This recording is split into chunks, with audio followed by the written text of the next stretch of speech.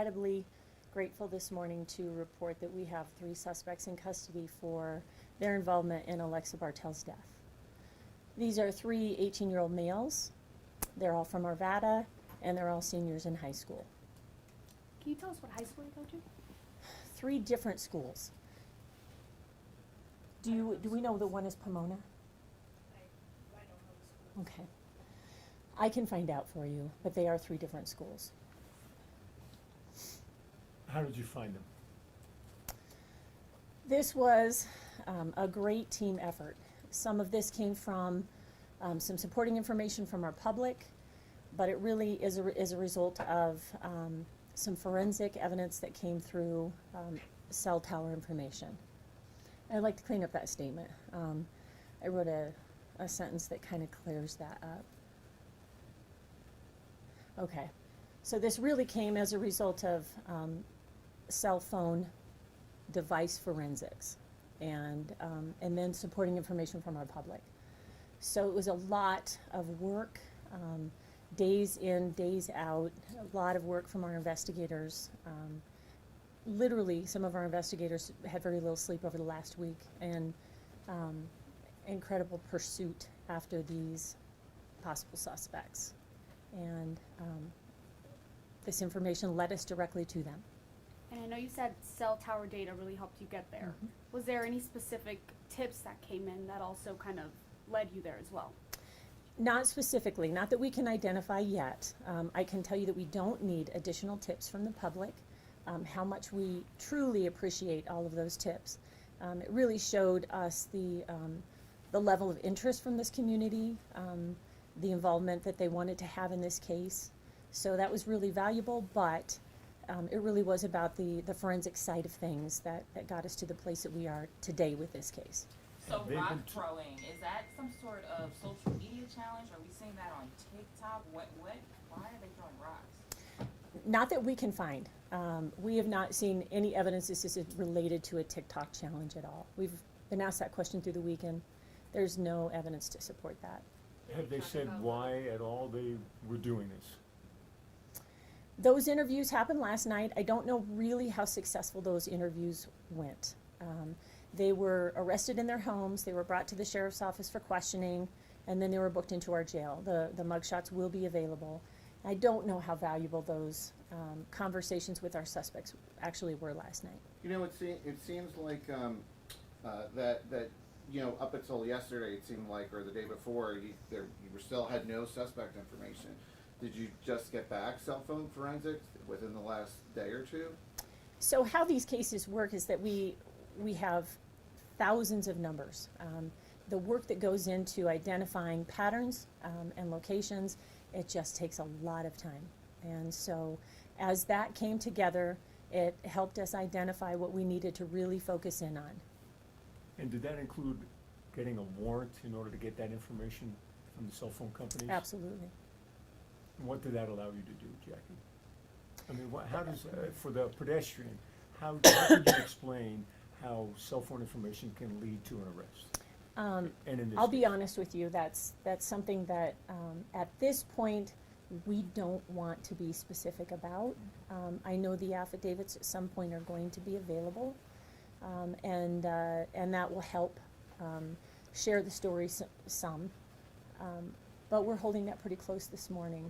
But it is directly related to some information from the public as well as the forensic side of the cell phone information. At one point, you guys had your eyes on a specific vehicle, and right now we're seeing a lot of forensic data pointing to cell phones. Are we still eyeing a vehicle? Were we able to locate a car or cars involved? We have a black 2016 Chevy Silverado that is now what we've identified as a suspect vehicle in these incidents. And earlier on, we were saying that this was either a white truck or an SUV, and we were just simply going off of the information that we were taking in through the week. And so that was identified as a possibility, and now we know that it's something different. And tell us about Alexa's family, how they're doing this morning, when and how you guys gave them the news. We were able to call them in the middle of the night once we had secured the suspects and brought them to the station, and those calls were made, and they're just so grateful. You know, they're still suffering from the greatest loss possible, but this is the beginning of the journey that they'll be on next, and they're incredibly grateful that these suspects are at least identified and brought to justice for what they've done. I know you said they were booked last night. Are they still in custody? Oh, absolutely. And They will be in custody until they have a court appearance. This is a no bond charge. This is first-degree murder, and with extreme indifference. And their court appearance will be tomorrow, and that'll be the first appearance where they're advised of the charges against them. Jackie, do you have any information about the scenario of what they were doing, how they were throwing the rocks, how the vehicle was moving at the time? Was it a moving vehicle at the time? My understanding now is that these were items that were thrown from a moving vehicle. But the detail of those conversations that were had with the suspects is not something that I can talk about this morning. But we're very solid on the information that we have. The arrests have been made. They will have their day in court tomorrow, and so this process begins. It was important for us not just to identify these suspects for Alexa Bartel's family and all of the victims, but we were also concerned that this was a crime series that could potentially happen again if they weren't identified. If these So- suspects, I'm sorry, did Go they ahead. have any relationship to Alexa? Do we know? Not that I'm aware of. how many victims were there? There were others that got arrested. There were 7 victims total, and we've put that on the crime map so you can see which one happened first, second, third, and the timeline associated with. We think it is limited to 7 people. We had 1 homicide, 2 other vehicles sustained injuries, and I'm sorry, let me restate that. We have 7 victims. Our homicide investigation, we have 2 victims that were injured when these rocks were thrown through their windshield, and then the other vehicles had just sustained damage.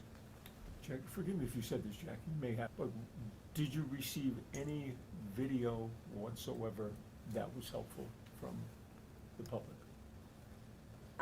That's a great question. I don't believe that any of the video that we received ended up being helpful nonetheless. The level of dedication from this community, the level of interest in this, the number of tips that we had was over 300, which just shows us how much work we needed to do to dig through these tips and these leads to determine whether they actually had value. But the community was with us on this journey to catch these suspects, for sure. What do you think that was? I'm sorry? Why do you think there was that level of commitment from the community? You know, this case touched a lot of people deeply. This was a beautiful young woman with her whole life in front of her who was simply driving home. And her life was ended as a result of these acts. I just think it was shocking to a community, and people wanted to find out who was involved.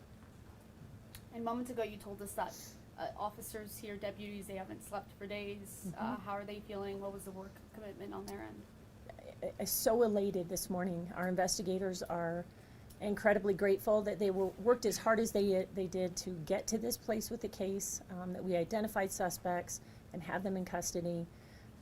The work is always worth it, and it's what we do every day.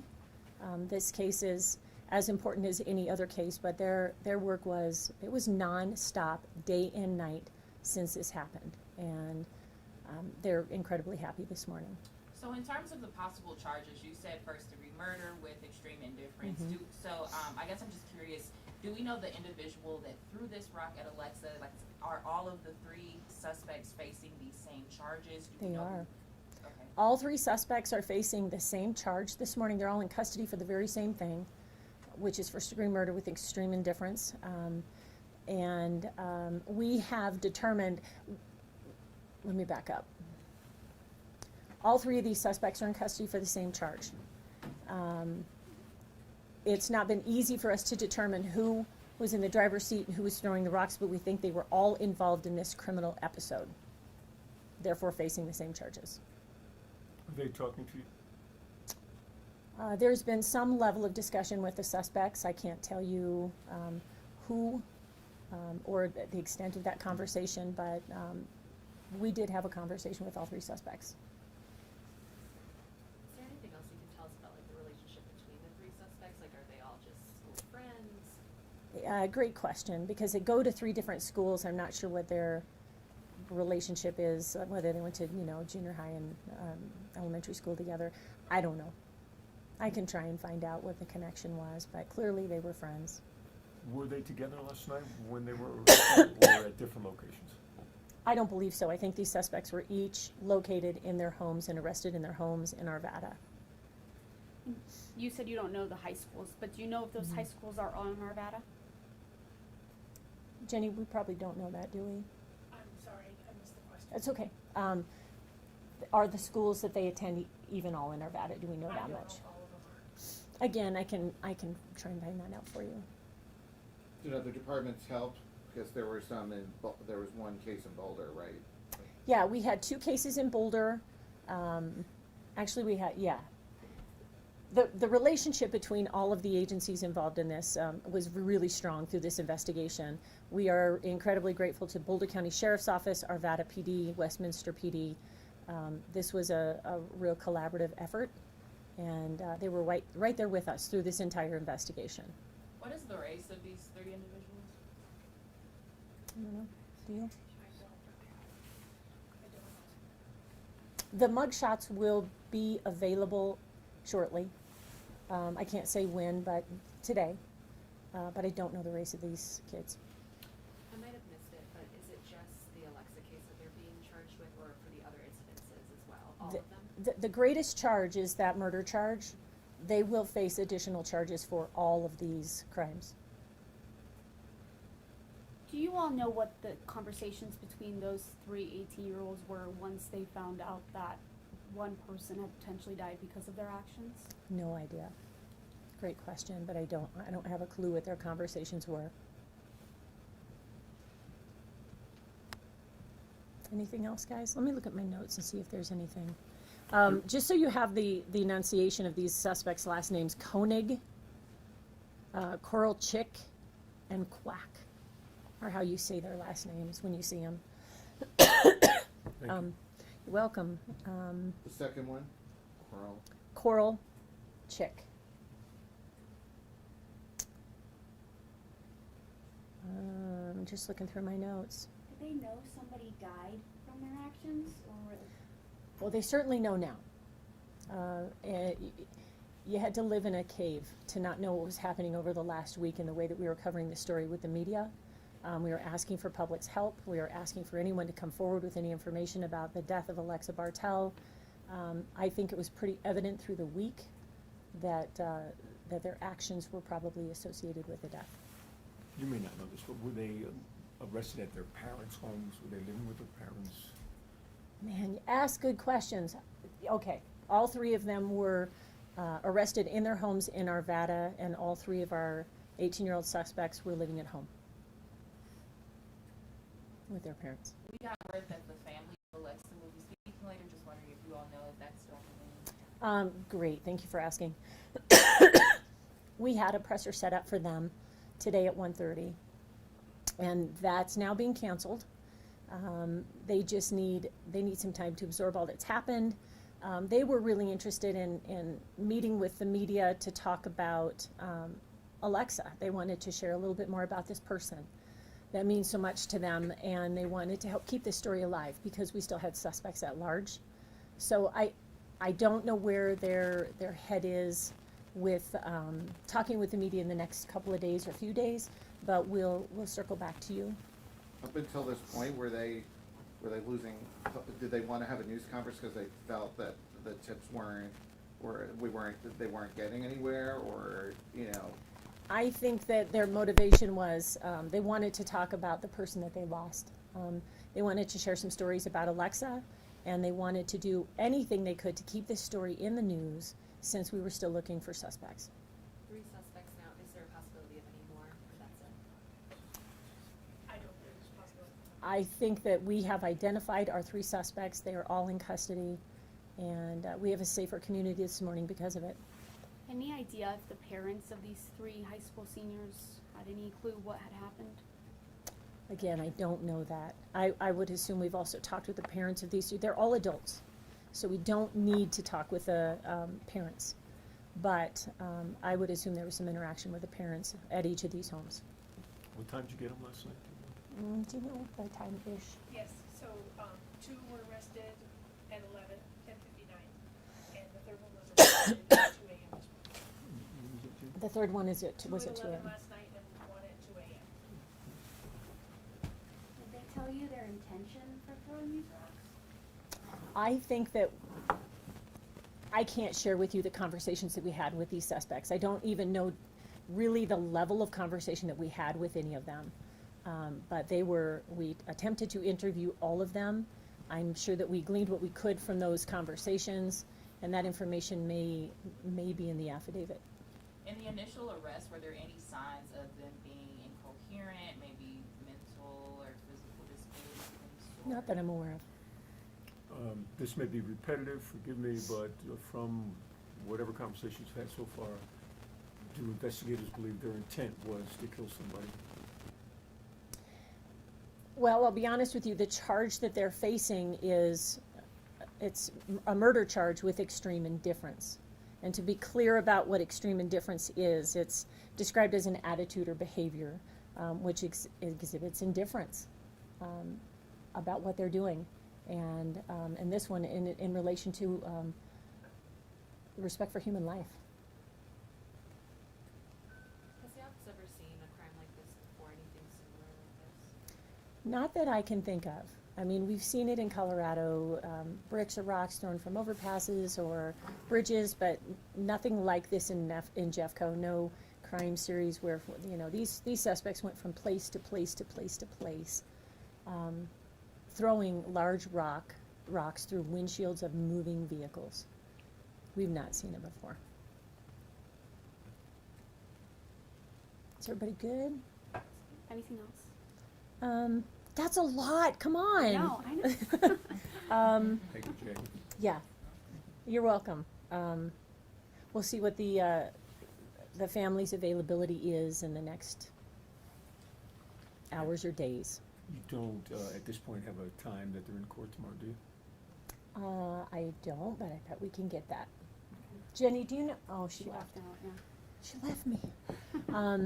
No, but it would. I think because they were booked in so late, their advisement Yeah. won't happen until tomorrow.